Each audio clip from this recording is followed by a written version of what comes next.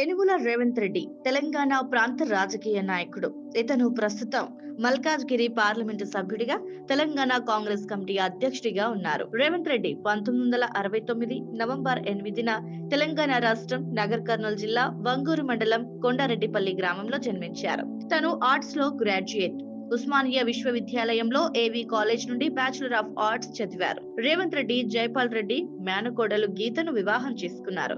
ఈ దంపతులకి ఒక కుమార్తె కూడా ఉంది. రేవంత్ రెడ్డి విద్యార్థిగా ఉన్నప్పుడు ఏబీవీపీలో సభ్యుడు. 2006లో స్థానిక సంస్థల ఎన్నికల్లో పోటీ చేసి స్వతంత్ర అభ్యర్థిగా మిడ్జిల్ మండలం నుంచి జెడ్పీటీసీ సభ్యుడిగా ఎన్నికయ్యారు. ఆయన 2007లో ఉమ్మడి ఆంధ్రప్రదేశ్ శాసన మండలికి జరిగిన ఎన్నికల్లో మహబూబ్ నగర్ స్థానిక సంస్థల స్థానం నుండి స్వతంత్ర అభ్యర్థిగా పోటీ చేసి ఎమ్మెల్సీగా ఎన్నికయ్యాడు.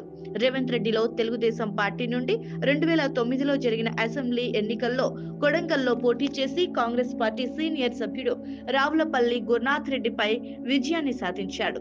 ఇక 2014లో రెండోసారి ఎమ్మెల్యేగా గెలిచాడు.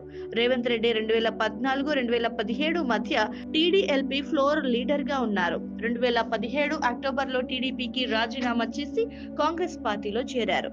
Revanth Reddy 2018 TPCC working president గా నియమితులయ్యారు. ఆయన 2018 డిసెంబర్లో జరిగిన అసెంబ్లీ ఎన్నికల్లో కొడంగల్ నుండి పోటీ చేసి ఓటమి పాలయ్యాడు. 2019 మేలో జరిగిన లోక్సభ ఎన్నికల్లో కాంగ్రెస్ తరపున మల్కాజ్గిరి పార్లమెంట్ నియోజకవర్గం నుండి పోటీ చేసి ఎంపీగా గెలిచాడు.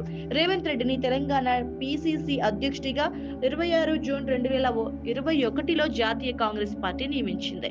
రేవంత్ రెడ్డి 2021 జూలై 7న తెలంగాణ రాష్ట్ర కాంగ్రెస్ వ్యవహారాల ఇన్ఛార్జ్ మాణిక్యాన్ ఠాగూర్ సమక్షంలో టీపీసీసీ అధ్యక్షుడిగా ప్రమాణ స్వీకారం చేశారు. రేవంత్ రెడ్డి గురించి ఎవరికి తెలియని కొన్ని నిజాలు కనుక చూసినట్లయితే, తమ నియోజకవర్గ శాసన సభ్యులు ప్రసంగాలకి, చర్చలకి ఇచ్చిన ప్రాధాన్యత ప్రజా సమస్యల పరిష్కారానికి ఇవ్వటం లేదని మహబూబ్ నగర్ జిల్లా కొడంగల్ నియోజకవర్గ ప్రజలు వాపోతున్నారు. రోడ్లు లేక, నీళ్లు లేక రకరకాల సమస్యలతో బాధపడుతున్నామని, ఇప్పటికైనా శాసనసభ్యులు రేవంత్ రెడ్డి నియోజకవర్గ సమస్యలపై దృష్టి పెట్టాలని కోరుతున్నారు.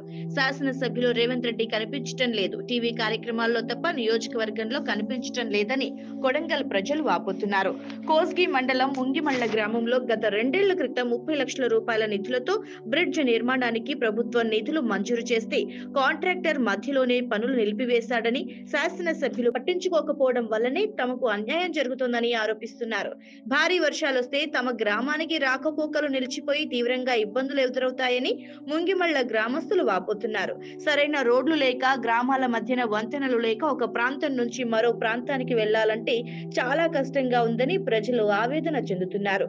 శాసనసభ్యులు రేవంత్ రెడ్డి ఎక్కడుంటాడో, ఎప్పుడొస్తాడో తమకు తెలియదని, ఓట్లప్పుడు వచ్చి ఇప్పటిదాకా తమ గ్రామాన్ని సందర్శించలేకపోతున్నారంటూ నియోజకవర్గ ప్రజలు అంటున్నారు. ముందు మా నియోజకవర్గ సమస్యలు పరిష్కరించి ఆ తర్వాత రాష్ట్ర సమస్యలపై గళం విప్పాలంటూ కొడంగల్ నియోజకవర్గ ప్రజలు తమ శాసనసభ్యులు రేవంత్ రెడ్డిని కోరుతున్నారు. 2013 జూన్ 12న గుజరాత్ సీఎం నరేంద్ర మోదీ టీడీపీ అధ్యక్షుడు చంద్రబాబులో ఒకరిని ప్రధాని, మరొకరిని ఉప ప్రధానిని చేద్దామంటూ టీడీపీ శాసనసభ్యులు రేవంత్ రెడ్డి ప్రతిపాదించారు. ఈ బాధ్యతను నెత్తిన వేసుకోవాలంటూ ఇటీవల బీజేపీలో చేరిన శాసనసభ్యులు నాగం జనార్దన్ రెడ్డిని కోరారు.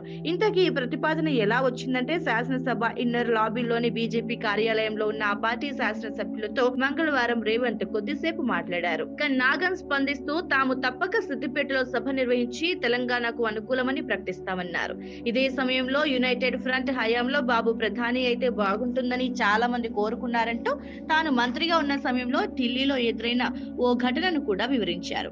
మహబూబ్ నగర్ జిల్లాలోని హన్వాడ, కోయిల్కొండ మండలాల్లో తాగునీటి పథకం కాంట్రాక్ట్ లో తప్పుడు అర్హత పత్రం సమర్పించిన కాంట్రాక్టర్ కి ఇతను మద్దతిస్తున్నట్లుగా వార్తలొచ్చాయి. కానీ వీటిని ఆయన ఖండించారు. 2014 జనవరి 24న జరిగిన రాష్ట్ర శాసనసభ సమావేశాల్లో రాష్ట్ర విభజన ముసాయిదా బిల్లుపై చర్చలో భాగంగా ఆయన సభలో మాట్లాడుతూ తెలంగాణ ఇవ్వకుంటే నక్సలిజం పెరుగుతుంది అన్నారు. ఇందిరాగాంధీ సమైక్యవాది అని ముఖ్యమంత్రి కిరణ్ కుమార్ రెడ్డి సభను తప్పుదోవ పట్టిస్తున్నారని టీడీపీ శాసనసభ్యులు రేవంత్ రెడ్డి అన్నారు. గోల్డ్ మెడలిస్ట్ అయిన తమ ప్రాంత విద్యార్థులు నక్సలిజం వైపు మళ్లటానికి సమైక్య రాష్ట్రమే కారణమన్నారు. తెలంగాణ ఉద్యమం ఉన్నందునే కేసీఆర్ వెనుక ప్రజలు అండగా నిలిచారన్నారు.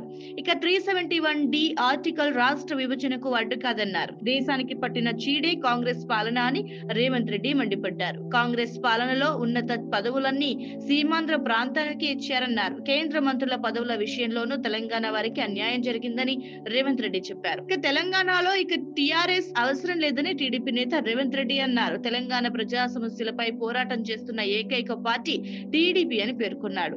పాలమూరు ఎత్తిపోతల జాతీయ ప్రాజెక్టు చేయమని కేంద్రం ఎందుకు అడగలేదని ప్రశ్నించారు.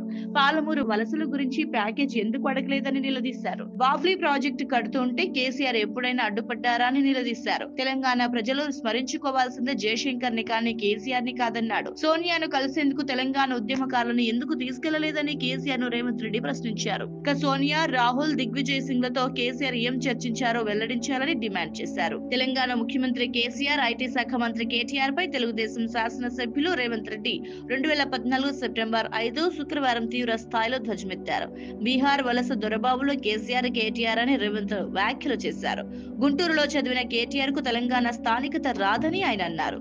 తెలుగుదేశంలో పదవులు అనుభవించిన టీఆర్ఎస్ లో చేరిన తుమ్మల నాగేశ్వరరావుని దిగజారుడు రాజకీయాలని రేవంత్ రెడ్డి విమర్శించారు. 2014 సెప్టెంబర్ 17న విలేకరుల సమావేశంలో తెలంగాణ అభివృద్ధిలో కీలకమైన మెట్రో రైల్ ప్రాజెక్టుపై తెరాస ప్రభుత్వానికి స్పష్టత లేదని తెలుగుదేశం పార్టీ నేత రేవంత్ రెడ్డి విమర్శించారు. ఇక మెట్రో రైల్ కి కేటాయించిన భూములను వెనక్కి తీసుకోవాలని చూస్తున్నారని, మెట్రోకి కేటాయించిన గచ్చిబౌలిలోని స్థలాన్ని లాగేసుకునేందుకు యత్నిస్తున్నారని ఆరోపించారు. రేవంత్ రెడ్డి తనపై చేసిన ఆరోపణల వల్ల పరువు నష్టం కలిగిందంటూ 90 కోట్లకి లీగల్ నోటీసులు ఇచ్చాడు. మరోవైపు రేవంత్ రెడ్డి లీగల్ నోటీసులపై స్పందిస్తూ తన ఆరోపణలకి ఇంకా కట్టుబడి ఉన్నానన్నారు రామేశ్వరరావు. 2015 మే 31న శాసన మండలి ఎన్నికల్లో టీడీపీ అభ్యర్థికి అనుకూలంగా ఓటు వేయడానికి నామినేటెడ్ ఎమ్మెల్యే ఎల్విస్ స్టీఫెన్ కి లంచం ఇచ్చిన రేవంత్ రెడ్డిని స్టింగ్ ఆపరేషన్ ఆ సందర్భంగా అవినీతి నిరోధక శాఖ ఏసీబీ అరెస్ట్ చేసింది. తనకి 14 రోజుల జ్యుడిషియల్ కస్టడీ విధించింది. 15 జూన్ 2015న కోర్టు 29 జూన్ 2015 వరకు మరో 15 రోజుల పాటు రిమాండ్ ని పొడిగించింది. జూన్ 30న తెలంగాణ హైకోర్టు షరతులతో కూడిన బెయిల్ ఇచ్చింది. 2015 జూలై 1న రేవంత్ రెడ్డి విడుదల సందర్భంగా టీడీపీ సభ్యులు ర్యాలీలో సంబరాలు చేసుకున్నారు. బెయిల్ పై ఉన్న ఆయన ఏసీబీ అనుమతి లేకుండా హైదరాబాద్ దాటేందుకు వీలులేదు. తెలంగాణ ఎన్నికల్లో కాంగ్రెస్ తరపున రేవంత్ రెడ్డి ఇప్పుడు పోటీ చేస్తున్నాడు. తెలంగాణ ఎన్నికలు ఏ పార్టీ గెలుస్తుందో తెలియాలి అంటే కొన్ని రోజులు వెయిట్ చేయాల్సిందే.